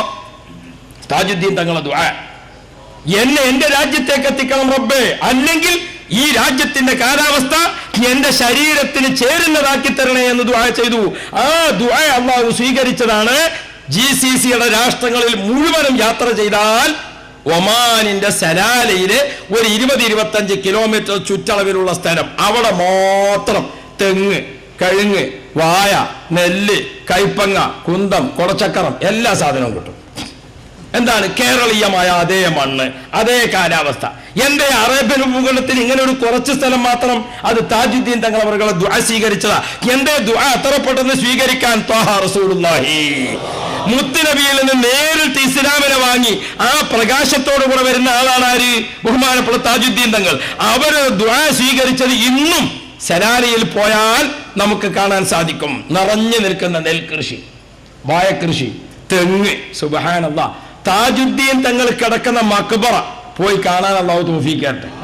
ഇനി ഞാൻ പറയുന്നത് നിങ്ങൾക്ക് തോന്നുന്നില്ലെങ്കിൽ സലാലയിൽ നിങ്ങളെ കുടുംബങ്ങളോ കൂട്ടുകാരോ ഉണ്ടെങ്കിൽ ഒന്ന് വിളിച്ചു ചോദിച്ചു നോക്ക്. താജുദ്ദീൻ തങ്ങളെ മക്ബറയിൽ ആഴ്ചയിലെ എല്ലാ തിങ്കളാഴ്ച രാവിലും അവിടെ പ്രത്യേകമായ സിയാറത്താണ്. നിങ്ങൾ സലാലൻ അയവ എനിക്കൊരു സാക്ഷിയെ കിട്ടിയാൽ കണ്ടോ, എല്ലാ തിങ്കളാഴ്ച രാവിലും അവിടെ സിയാറത്ത് നടക്കുന്നു. ഞാനൊരു തവണ അവിടെ സിയാറത്തിന് ചെന്നപ്പോൾ അവിടെ അറബികൾ ചേർന്നുകൊണ്ടുള്ള ഒരു മൗലിദ് സദസ്സാണ്. ആ മൗലിദ് സദസ്സിലെ ലീഡർ ആരാണെന്നറിയോ? അവിടുത്തെ ശരീഅത്ത് കോർട്ടിലെ ജഡ്ജിയാണ്.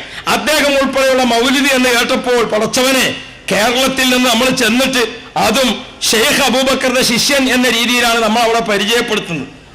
ഷെയ്ഖ് അബൂബക്കർ എന്ന് പറഞ്ഞാൽ ബഹുമാനപ്പെട്ട AP ഉസ്താദ്. ഷെയ്ഖ് അബൂബക്കർ എന്ന് പറഞ്ഞാൽ രണ്ടാളെയാണ് അറിയപ്പെടുന്നത്. ഒന്ന് EK ഉസ്താദ്, അള്ളാഹു അവിടുത്തെ ദറജ ഏറ്റി കൊടുക്കട്ടെ. വലിയ മഹാനും വലിയ പണ്ഡിതനും വലിയ സമസ്തയുടെ സമുന്നത നേതാവുമാണ്.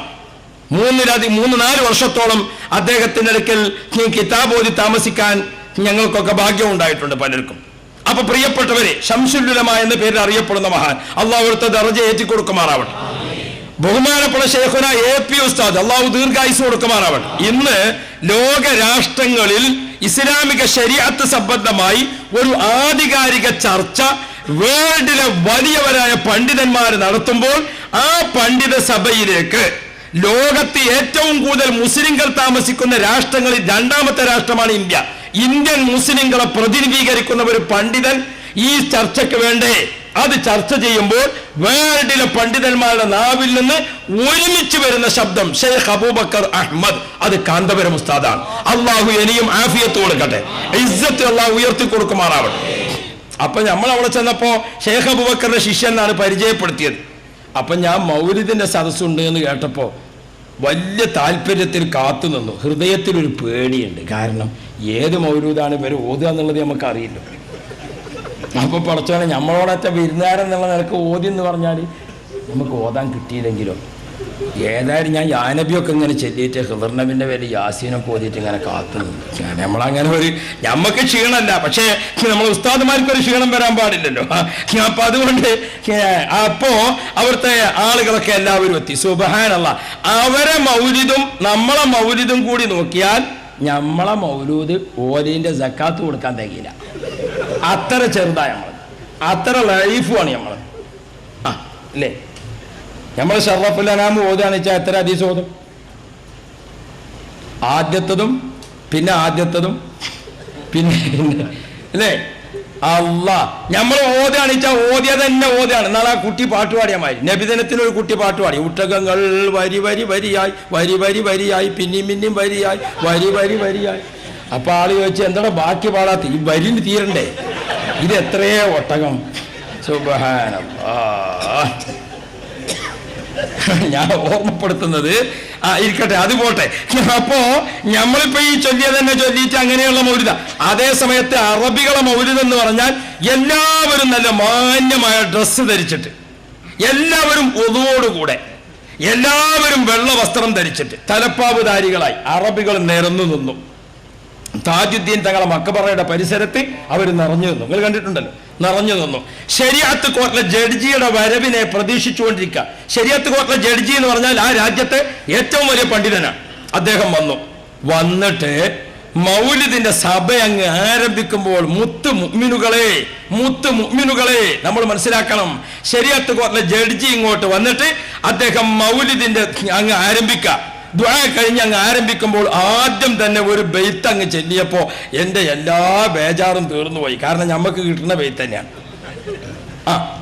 ആദ്യം തന്നെ അദ്ദേഹം എഴുന്നേറ്റ് എന്നിട്ട് മൗലിദ് അങ്ങ് ചൊല്ലാൻ തുടങ്ങി. യാ റബ്ബി സ്വല്ലി അലൻ നബി മുഹമ്മദി യാ റസൂലല്ലാഹ് മുൻജിൽ ഖലായിഖി മിൻ ജഹന്നമ ഫീ ഗദി യാ ഹബീബല്ലാഹ്.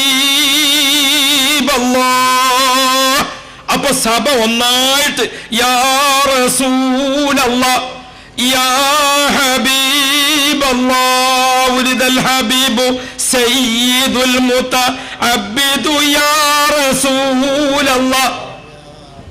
ചെല്ലിയോക്കാട്ടെ.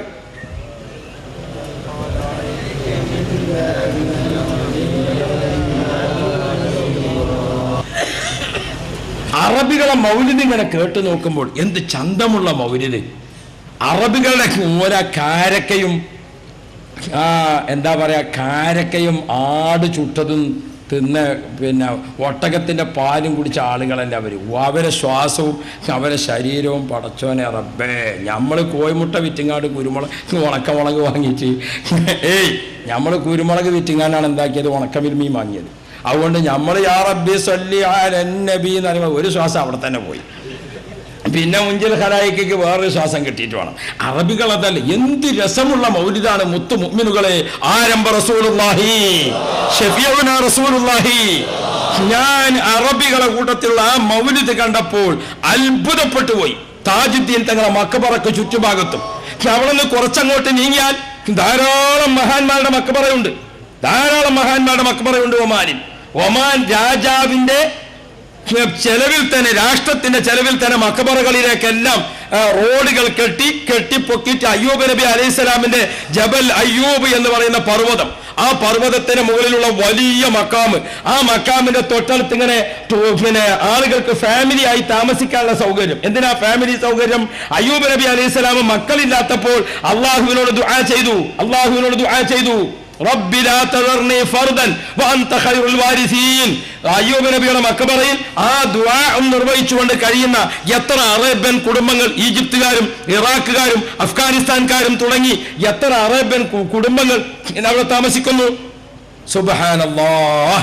ആ അറബ് ഒമാനിൽ നിന്ന് വരുന്ന, സലാലയിൽ നിന്ന് വരുന്ന അറബികൾ മുമ്പ് നമ്മുടെ കേരളത്തിൽ വരാറുണ്ടായിരുന്നു.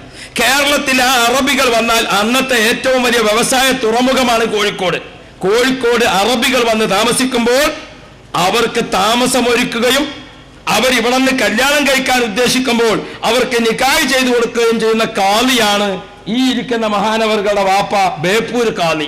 അള്ളാഹു അദ്ദേഹത്തിന്റെ ദറജ ഏറ്റി കൊടുക്കുമാറാവട്ടെ, പദവി ഉയർത്തുമാറാവട്ടെ. ബഹുമാനപ്പെട്ട ബേപ്പൂർ കാളി ഒരിക്കൽ അവിടെ പോയി ചെന്ന് നോക്കുമ്പോ നല്ല സ്വീകരണം. ഇമ്രാൻ നബി അലൈഹിസ്സലാം അങ്ങനെ തുടങ്ങിയിട്ട് ധാരാളം സ്വാലിഹ് നബി അലൈഹിസ്സലാമിന്റെ ആസാറുകൾ അങ്ങനെ തുടങ്ങി. ബഹുമാനപ്പെട്ട കാളിയാർ അവിടെ ചെന്ന് നോക്കുമ്പോൾ നല്ല സ്വീകരണം അറബികൾക്ക്. എന്തേ? ഇവരുടെ വാപ്പ കാളിയായി നിക്കാഹ് ചെയ്തു കൊടുത്ത അന്നത്തെ മലബാരികളായ സ്ത്രീകൾ, അവർക്ക് മക്കൾ ജനിച്ച അറബികളായ കുട്ടികൾ, അവരൊക്കെ അവിടെ ഉണ്ട്. ഞാൻ പറയുന്നത് ഇസ്ലാമും നമ്മളുമായുള്ള ബന്ധം ഒന്ന് ഇരിക്കട്ടെ. ബഹുമാനപ്പെട്ട താജുദ്ദീൻ തങ്ങളവിടെ വഫാത്തായി. പായക്കപ്പൽ പുറപ്പെട്ടു. മാലിക് ബിൻ ദീനാർ റളിയല്ലാഹു അൻഹുവിന്റെ നേതൃത്വത്തിലുള്ള കപ്പൽ കൊടുങ്ങല്ലൂരിലെത്തി. കൊടുങ്ങല്ലൂരിൽ കപ്പലിറങ്ങിയ 44 അംഗ സംഘം അവരെ കണ്ടപ്പോൾ നമ്മുടെ കേരളത്തിലെ വിവിധങ്ങളായ കാര്യങ്ങളിൽ ഇടപെട്ട് വിവിധ വിശ്വാസങ്ങളും രീതികളും ഒക്കെ വെച്ചു പുലർത്തുന്ന ഹൈന്ദവ സഹോദരങ്ങളുടെ വിശാല മനസ്കതയെ ഈ ചരിത്രവുമായി ബന്ധപ്പെടുത്തി എത്ര വാഴ്ത്തിയാലും മതിയാവുകയില്ല. അതാണ് ഹൈന്ദവ മനസ്കതയുടെ വിശാലത. ആ ഹൈന്ദവ സഹോദരങ്ങൾ മുസ്ലിങ്ങളെ കണ്ടു. മുസ്ലിങ്ങൾ മാതാപിതാക്കൾക്ക് നൽകുന്ന ആദരവ്, ഭാര്യ ഭർത്താക്കന്മാർ കാണിക്കുന്ന സ്നേഹാനുസരണം, കുട്ടികളോട് കാണിക്കുന്ന വാത്സല്യം, അവരുടെ കുടുംബ ജീവിതത്തിൽ കാണുന്ന ഐക്യം, ഇതെല്ലാം കൂടി കണ്ടപ്പോൾ മറ്റു മതക്കാരായ ഹൈന്ദവ സഹോദരങ്ങൾ ഇവരെ വീക്ഷിച്ചു, അവരെ ശ്രദ്ധിച്ചു. താജുദ്ദീൻ തങ്ങൾ കൊടുത്തിരിക്കുന്ന കത്ത് അവിടുത്തെ രാജകുടുംബങ്ങൾക്ക് കൈമാറി. അവരാ കത്തുകൾ വായിച്ചു. ഞങ്ങളുടെ നാട്ടുകാരനായ, ഞങ്ങളുടെ പ്രിയപ്പെട്ട കൂട്ടുകാരനും കുടുംബാംഗവുമായ ആളുടെ കത്ത്. ഈ കത്തുകളൊക്കെ വെച്ചുകൊണ്ട് പ്രിയപ്പെട്ട സഹോദരങ്ങളെ, ബഹുമാനപ്പെട്ട മുസ്ലിം സഹോദരന്മാർ അവർ ഉള്ള സ്ഥലം ഉപയോഗപ്പെടുത്തി ഞെങ്ങി ശുദ്ധി വരുത്തി നിസ്കരിക്കുന്നത് കണ്ടപ്പോൾ മുസ്ലിംകൾക്ക് നിസ്കാരം നിർവഹിക്കാൻ കൊടുങ്ങല്ലൂർ രാജാക്കന്മാർ ഫ്രീ ആയി സ്ഥലം അനുവദിച്ചു. ഇവിടെ നിങ്ങൾ പഠിക്കണം. ഫ്രീ ആയി സ്ഥലം അനുവദിച്ചു. ആ ഫ്രീ ആയി സ്ഥലം അനുവദിച്ചപ്പോൾ ആ സ്ഥലത്ത് കടലിൽ നിന്ന് സ്വരൂപിച്ചിരിക്കുന്ന, കടപ്പുറത്ത് നിർത്തിയിരിക്കുന്ന മണൽ ചാക്കുകൾ, ആ മണൽ ചാക്കുകളെ കൊണ്ട് അതിരിട്ടു. തെങ്ങിന്റെ ഓലകൾ വെട്ടിക്കൊണ്ടുവന്ന് അതുകൊണ്ട് ഇങ്ങനെ തെങ്ങ് കൊണ്ട് ഇങ്ങനെ കെട്ടിയിട്ട് പന്തലിട്ടു. ആ പന്തലിട്ടുകൊണ്ടുള്ള പള്ളി ഉണ്ടാക്കുകയാണ്. ആ പന്തലിന്റെ പള്ളി ഉണ്ടാക്കിയിട്ട് അതിൽ നിസ്കാരം നിർവഹിക്കാൻ സമയമായപ്പോൾ വാങ്ക് വിളിച്ചു. ഇന്ത്യൻ മണ്ണിലെ ആദ്യത്തെ വാങ്ക് നമ്മുടെ കൊടുങ്ങല്ലൂരിൽ ഉയരുകയാണ്. ആ വാങ്ക് അങ്ങ് കേട്ടപ്പോൾ ഇന്നലെ ഇസ്ലാം മതം സ്വീകരിച്ച ആളും ഇന്ന് ഇസ്ലാം മതം സ്വീകരിച്ച ആളും നേരത്തെ മക്കത്ത് നിന്ന് മുഹമ്മദ് നബിയിൽ ഇസ്ലാം സ്വീകരിച്ചുകൊണ്ട് വന്ന ആളും അവരെല്ലാവരും നിൽക്കുന്നത് തോളുരുമ്മിയാണ്, അടുത്തടുത്ത് നിൽക്കുന്നു. അപ്പൊ മറ്റ് പുറത്തുനിന്നുള്ള ആളുകൾ നോക്കി. മുസ്ലിങ്ങൾക്ക് എല്ലാവർക്കും ഒറ്റ വിശ്വാസം, അല്ലാഹ്, വിശ്വാസത്തിൽ ഐക്യം. അത് മുസ്ലിങ്ങളുടെ പ്രത്യേകത, വിശ്വാസത്തിൽ ഐക്യം. ഒരു അള്ളാഹുവാണ് എല്ലാവർക്കും. ആ അള്ളാഹു തആല മുഖാലിഫുൽ ലിൽ ഖൽഖി ബിൽ ഇത്ലാഖി, അള്ളാഹു തആല മറ്റൊരു സൃഷ്ടിയെ പോലെയും അല്ല. മുസ്ലിങ്ങളുടെ വിശ്വാസം അതാണ്. ഇപ്പൊ പുതിയ മതം സ്ഥാപിച്ച ആളുകളുണ്ട്. അവരെ അള്ളാഹ് വേറെ കേട്ടോ, അവരുടെ അള്ളാഹു വേറെയാണ്. അവരെ അള്ളാഹ് എന്ന് പറഞ്ഞാൽ വസിഅ കുർസിയ്യു സമാവാതി വൽ അർദ്, ആകാശഭൂമിയേക്കാൾ വിശാലമായ കസേരയുള്ളവരല്ല. ആ കസേരയിൽ അള്ളാഹ് ഇങ്ങനെ മൊത്തം എല്ലായിടത്തേക്കും നോക്കിയാൽ കാണണമെങ്കിൽ അള്ളാഹിന്റെ കണ്ണ് പോലെ തീവണ്ടിന്റെ ലൈറ്റ് പോലെ, അങ്ങനത്തെ ഒരു കണ്ണുള്ള അള്ളാഹ്. ആ അള്ളാഹിന്റെ തടി എന്ന് പറഞ്ഞാൽ ഏത് ജാതി തടിയാണെന്നറിയോ? സുബ്ഹാനല്ലാഹ്. അള്ളാഹിന്റെ വലത്തെ കൈ എന്നൊക്കെ പറഞ്ഞാൽ നിങ്ങൾ ഏതാ മനസ്സിലാക്കുന്നത്? നിലമ്പൂരിലാണ് ഏറ്റവും വലിയ തേക്ക് മരം ഉള്ളത്. അതൊരു 5-6 ആൾ പിടിച്ചെങ്കിലേ എങ്ങനെ നിൽക്കുള്ളൂ. അതിനേക്കാളും വലിയ കൈയാണ് അള്ളാഹ്. അള്ളാഹുവിനെ ഈ രൂപത്തിൽ പരിചയപ്പെടുത്തുന്ന മതക്കാരുണ്ട്. അവരെയാണ് ഞാൻ നേരത്തെ പറഞ്ഞത്. അവരെ അള്ളാഹ്, അത് വേറെ അള്ളാഹ്. നമ്മൾ പറയുന്നത് മുഹമ്മദുർ റസൂലുള്ളാഹി, നബിതങ്ങൾ പഠിപ്പിച്ച അള്ളാഹ്. ആ അള്ളാഹു തആല എല്ലാ മുസ്ലിങ്ങൾക്കും വിശ്വാസത്തിൽ ഐക്യം, അല്ലാഹു അല്ലാഹ്.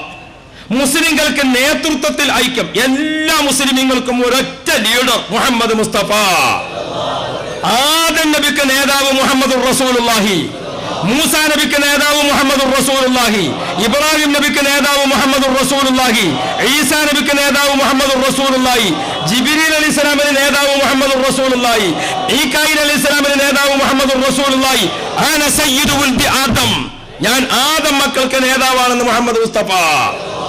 പ്രിയപ്പെട്ട സഹോദരന്മാരെ, മുഹമ്മദ് നബി ആ റസൂലുള്ളാഹി ആകുന്ന ലീഡർ, ആ ലീഡറെയാണ് നേതൃത്വത്തിൽ ഐക്യം. 2, മൂന്നാമത്തത് മുസ്ലിങ്ങൾക്ക് ഭരണഘടന ഐക്യം. എല്ലാ സ്ഥലത്തേക്കും ഒറ്റ ഭരണഘടന, വിശുദ്ധ ഖുർആൻ. ആ വിശുദ്ധ ഖുർആനാകുന്ന ഭരണഘടനയ്ക്ക് അനുസരിച്ച് ജീവിക്കുന്ന ആളുകൾക്ക് ഒരൊറ്റ കേന്ദ്രം, കേന്ദ്രത്തിൽ ഐക്യം. എല്ലാ മുസ്ലിങ്ങളും അവരുടെ ഔദ്യോഗിക ആരാധനയ്ക്ക് തിരിഞ്ഞു നിൽക്കുന്നത് എവിടേക്കാണ് തിരിഞ്ഞു നിൽക്കുന്നത്? നിങ്ങളിവിടുത്തെ പള്ളിയൊക്കെ എങ്ങോട്ടാ? കോഴിക്കോട്. കഅബ ശരീഫിലേക്കാണ്. ഇനി പോകട്ടെ, എല്ലാ പാടത്തും പറമ്പിലും വയലിലും എവിടെ ഇബാദത്ത് ചെയ്യുകയാണെങ്കിലും അവരൊക്കെ തിരിഞ്ഞു നിൽക്കുന്നത് എവിടേക്കാ? കഅബ ശരീഫിലേക്ക്. എന്നാളെ ഏതോ ഒരു വീട്ടിൽ പോയപ്പോ അവിടെ ഉണ്ട് മുസല്ല ഇങ്ങനെ അങ്ങോട്ട് തിരിച്ചിട്ട്. അപ്പൊ ഞാൻ ചോദിച്ചു, ഇതെന്താ മുസല്ല ഇങ്ങോട്ടിട്ടത്? അത് ഉസ്താദെ ഇവിടുന്ന് ജുമാഅത്ത് പള്ളിക്കൊക്കെ അവിടുന്നാണ് കഅബത്തിങ്ങൾക്ക്. അങ്ങനെയാണ് അവര് സാധുക്കൾ അങ്ങനെയാ മനസ്സിലാക്കിയത്. എന്ത്, പള്ളിയിൽ നിന്ന് നിസ്കരിക്കുകയാണെങ്കിൽ കഅബത്തിങ്ങൾക്ക്, പുറത്തുനിന്ന് നിസ്കരിക്കുകയാണെങ്കിൽ പള്ളിക്കൊക്കെ. അങ്ങനെയാണ്. അങ്ങനെ അറിവില്ലാത്ത ആളുകൾ ഉണ്ടാകും. അല്ലാഹു എല്ലാവർക്കും വിവരം കൊടുക്കട്ടെ.